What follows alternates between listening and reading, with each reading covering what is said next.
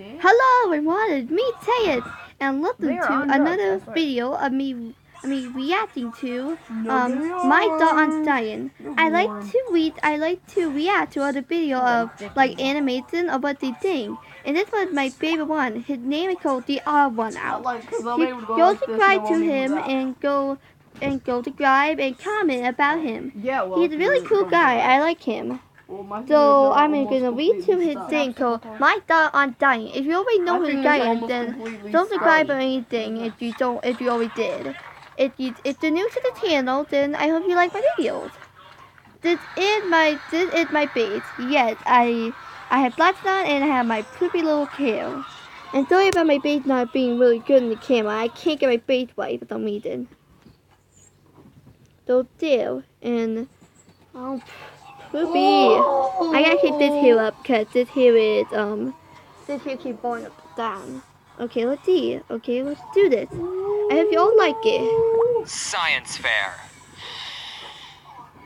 I was talking to a friend saying, oh, I know, I can do a video about the science fair and, talk about how much it sucks. And she said, oh, at my school, we didn't do the science fair. That got me wondering, did other people not do the science fair? So I did my own science experiment on Twitter. I ran a poll and asked you guys if you even did the science fair and whether or not you enjoyed doing it. And 58% of you said you didn't have to do the science fair. Like, that was way more than I expected. That's the majority. I've renamed this group of people the lucky ones. And when I asked if you enjoyed doing it, 21% of you said you did enjoy it, and 21% of you said you didn't. I know Twitter polls aren't the most accurate sources of data, but I think it's safe to say that this is a pretty split issue. Now, I'm in the 21% of people who didn't enjoy the science fair. And don't get me wrong, I love science. Well, okay, that might not be true. I really hated biology and chemistry. That was just a mess. But physics was okay. Maybe I don't like science. I just like space and watching these. Bill and Neil, they're my buddies. Except Neil did hurt my feelings one time. We'll get back to that later. Alright, so let me briefly go over what the science fair is for you lucky ones who didn't have to deal with that. Apparently, it's a very American thing, right guys? Mm-hmm. Oh, yeah, totally. Absolutely. Yeah.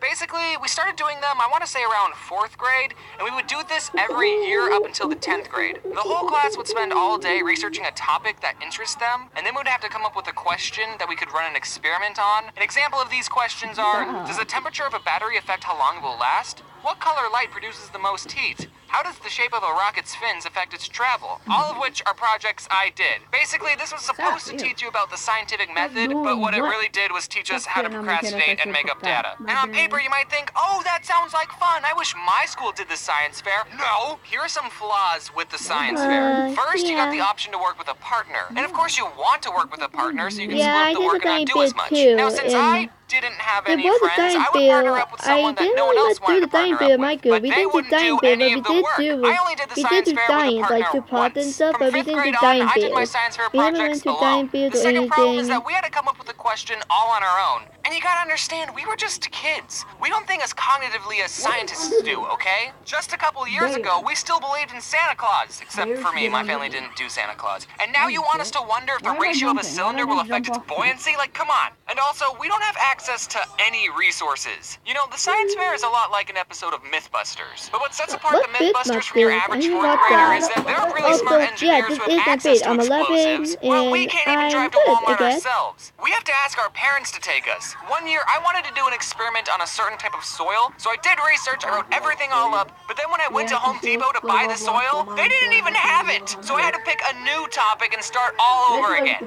Now do you see why I think the science fair sucks? So okay, I think it would have been better in elementary school if we were assigned a question. I know the whole point of these things is about discovery, but we're all stupid, okay? I guess if you're anything like me and you chose a crappy question, you'll have a bad science fair. My very first science fair, after all day researching possible questions, me and my partner came up with a question, what time of the day is the hottest? Now, I already know the answer to this question, and in 4th grade, I'm sure I already knew the answer to this question too. It's new. Like, I don't need to run an experiment on that. In fact, I can just go to Google and seriously just type weather and boom, there's my data right there. No need for an experiment. But the science fair isn't just finding the answer to your question. No. First, after you research the topic, you have to write a hypothesis. A hypothesis is basically you guessing what you think the result of the experiment will be, but you don't write it down as I think this will happen. No, you write it like you know what's going to happen.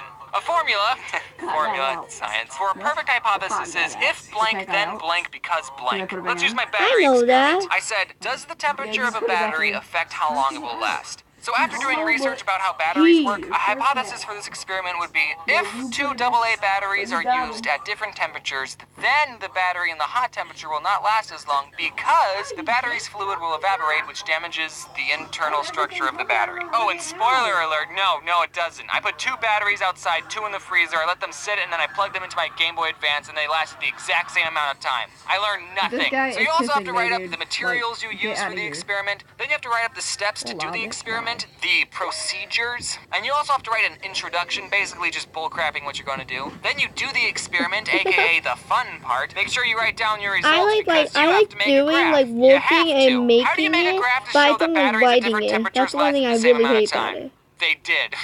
You think you're done, right? But no, you gotta write up the results you as if your graph didn't already stuff. perfectly depict that, and a conclusion. The conclusion is like the most insulting part of the science fair. You basically go through this checklist of questions that you answer. Yeah. Was your hypothesis correct? And No, my hypothesis was not correct. during the What video. mistakes could you have made in your experiment? I don't know. Maybe I took the batteries out of the cold and hot and put them in a room temperature Game Boy, and in a couple of minutes they both went to a room temperature. I don't know. How can others use this information you found? What do you mean? All the batteries lasted the same. I don't think anyone is going to put their batteries in their freezer to have literally no effect. Alright, and then you take everything you wrote, print it out, and then slap it onto a poster board. And everyone, and I mean everyone, would use construction paper as a border around the text to give the poster board a good aesthetic. I think the second most fun part of the science fair was choosing what word art font you would use for your title.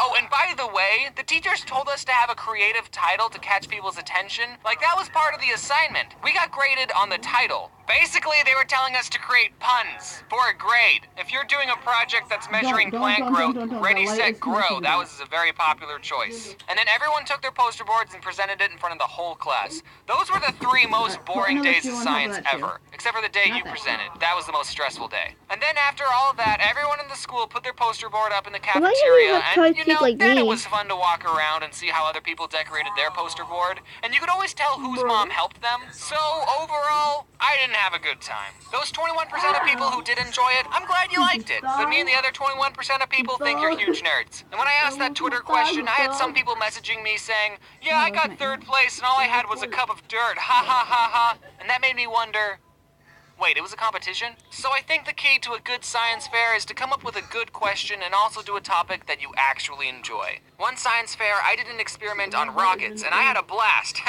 That would have been a good title. But for another year, I did What Color Light is the Hottest? I just shined a lamp at a thermometer and switched out the bulbs. I know I'll let Neil say what he thinks about that whole project. Okay, red light is warmer than blue light. Interesting discovery, but not exactly revolutionary.